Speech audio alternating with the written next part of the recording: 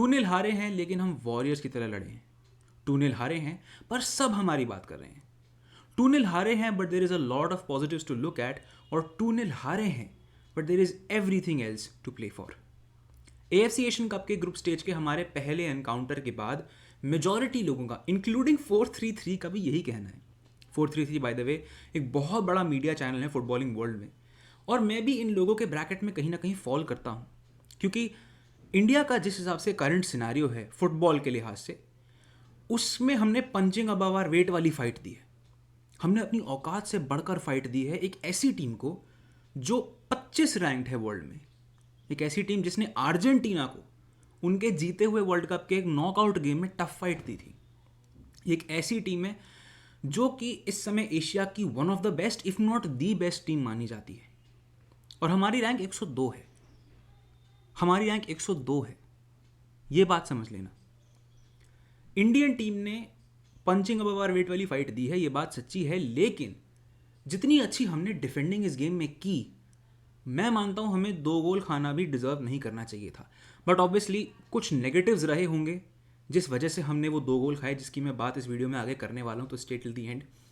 But पहले credits, props, flowers जहां due है वहां देने ही चाहिए, और वो जाते हैं संदेश झिंगन को और पूरी बैकलाइन को।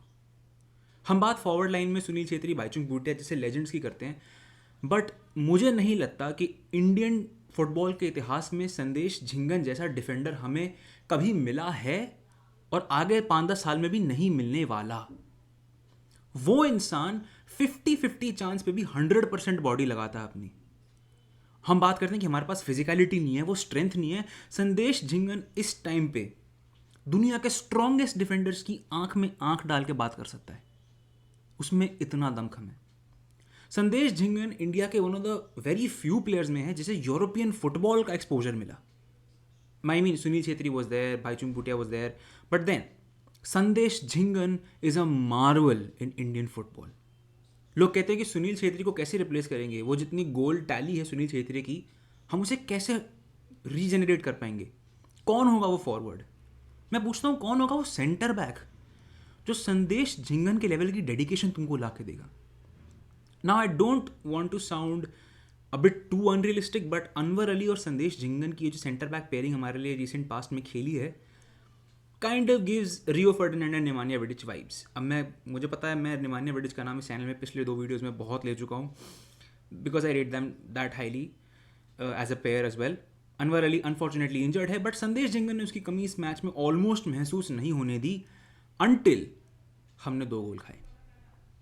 अब मैं आता हूँ प्रॉब्लम्स पर जो मुझे लगता है कि हमने फेस की हैं। हम डेफिनेटली पेडिग्री वाइज तो ऑस्ट्रेलिया से बहुत पीछे थे। अब आप उसमें बोर्ड को ब्लेम करो, एसोसिएशन को ब्लेम करो, वो सब रेंट आप कर सकते हो, you are free to do that, मैं भी उसमें आपका साथ दूंगा। बट अगर मैं इस गेम की बात करूँ तो जो 2 हाईलाइटेड प्रॉब्लम्स मुझे नज़र आ रही हैं इंडिया के इस कैंपेन में और इस गेम के रिस्पेक्ट में, उसमें पहली चीज़ है बिल्डअप। जो बिल्डअप हम कर रहे थे, जिस से हमने एक्साइट किया इंडियन फुटबॉल फैंस को, जिस बिल्डअप को देखने के लिए मेजॉरिटी ऑफ फैंस उस दोहा के स्टेडियम में गए थे इंडियन टीम को देखने के लिए, वो हमें देखने को अनफॉर्चुनेटली मिला नहीं। I mean Deepak Tangri was a surprise to start and he was probably the best midfielder on the pitch. और गूगल की ये रेटिंग्स भले ही मतलब फार फैच नज़र आती हैं, but Deepak Tangri probably was spot on. उसके अलावा सुनील छेत्री का थोड़ा सा मतलब इन्वॉल्वमेंट कम होना, और मिडफील्ड से आगे फॉरवर्ड लाइन की तरफ एक वे फिनेस कर पाना जो हम पहले कर पा रहे थे, प्रॉब्ली बिकॉज टीम्स का लेवल अलग है। ऑस्ट्रेलिया की प्रेसिंग का खैर जवाब ही नहीं था। जिस तरह से वो अटैक और डिफेंस दोनों में प्रेस कर रहे थे, दोनों में चांस क्रिएट कर रहे थे, और बॉम्बार्डमेंट हो रही थी लिटरली सेट पीसेस और कॉर्नर्स की, उसका 10% भी हम अटैक कर नहीं पाए।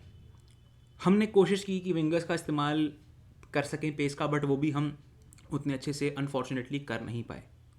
एंड आई थिंक थोड़े चेंजेस करने की ज़रूरत है। माई सजेशन प्रॉबली इज़, अगर सहाल फिट हो जाए, replace him in place of Apuia, double pivot खेल लो, और आप एक अच्छा बिल्डअप कर सकते हो। Because I like Suresh and Deepak Tangri together in that midfield. मुझे अच्छा लगा जो कॉम्पैक्टनेस, जो अच्छी डिफेंसिव प्रेसिंग थी जो दोनों ने दिखाई, जो टैकलिंग इंटेंट दोनों ने दिखाया, वो बहुत अच्छा था। बट देन अपुया थोड़ा सा अंडर परफॉर्म किया in my opinion. Passing lanes identify कर पाना, प्रेस को काउंटर एक्ट करने में थोड़ी सी लेजीनेस मुझे नज़र आई। तो एक चीज़ तो वो है। अब दूसरी चीज़ जिसका मुझे ज़्यादा डर है इस बिल्डअप से भी ज़्यादा, on a bigger picture, not just this match, is the consistency. Asian games में पहले गेम में हमने फर्स्ट हाफ में काफ़ी प्रॉमिस दिखाया, बहुत प्रॉमिस दिखाया, हमने इक्वलाइज किया चाइना के against, but everything fell down after that. हम एशियन गेम्स में ग्रुप स्टेज से भी बाहर नहीं निकले। उस फर्स्ट हाफ की इंटेंसिटी हम पूरे टूर्नामेंट में कैरी ऑन नहीं कर पाए, और मुझे इसी बात का डर है।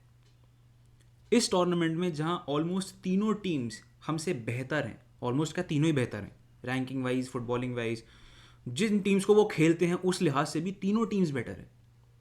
अब ऐसे में थर्ड स्पॉट लेकर के आना भी मुश्किल लग रहा है, बट मुमकिन है।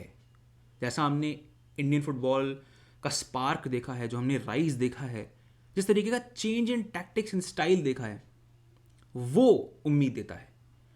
But then again consistency would be key, because maybe defenders आपको टूर्नामेंट जिता सकते हों, बट मैच जीतने के लिए तो आपको गोल्स मारने पड़ेंगे। और अगर आप एक मैच भी नहीं जीतेंगे तो टूर्नामेंट जीतने की तो खैर बातें दूर ही रह जाती हैं। तो थोड़ा बहुत काम करने की ज़रूरत है। मैंने जो अपने थोड़े बहुत दिमाग से और एनालिसिस से और ऑब्जर्वेशन से सोचा वो मैंने आपको कम्युनिकेट किया। बाकी आपको इस मैच से क्या लगा, क्या आपके थॉट्स हैं, वो आप नीचे कमेंट सेक्शन में ज़रूर बताना। AFC एशियन कप का पूरा हर मैच का जो भी इंडिया खेलेगी उसका हम एक ऐसे ही रिव्यू वीडियो बनाएंगे होपफुली। तो आप लोग सब ज्वाइन इन करें, अपनी व्यूज़ कमेंट सेक्शन में शेयर करें, and if you are liking the videos channel को सब्सक्राइब करना कंसिडर करें। Thank you.